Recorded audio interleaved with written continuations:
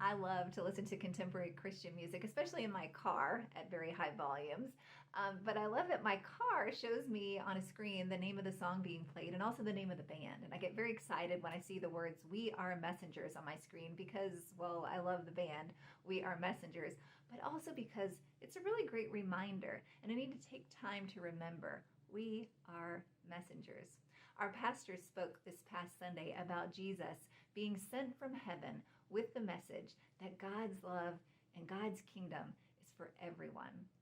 Isaiah was a messenger who said to us in chapter 61 that we read on Sunday that the spirit of the sovereign Lord is upon me because the Lord has anointed me to proclaim good news to the poor.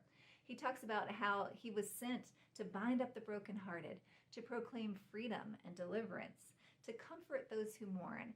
And then he talks about in verse 3 that he is called to bestow on people a crown of beauty instead of ashes, the oil of joy instead of mourning, and the garment of praise instead of the spirit of despair. It reminds me that our Bible is filled with messengers that God has sent to bring his people the message that God sees us, that God hears us, that God cares for us, that God loves us, that God is for us.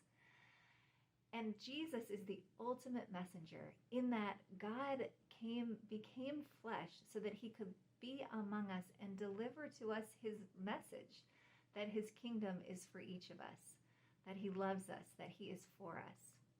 And now we are those messages. You see, we have been bestowed the Spirit, the same Spirit that was upon Isaiah.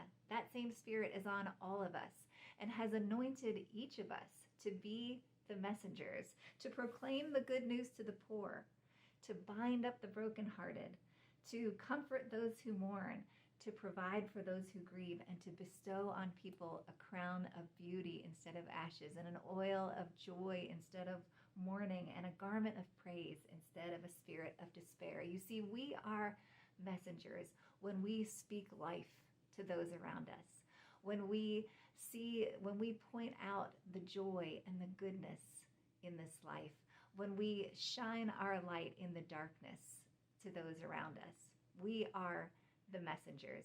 God has called us to do that and has given us his Spirit to enable us to be those messengers.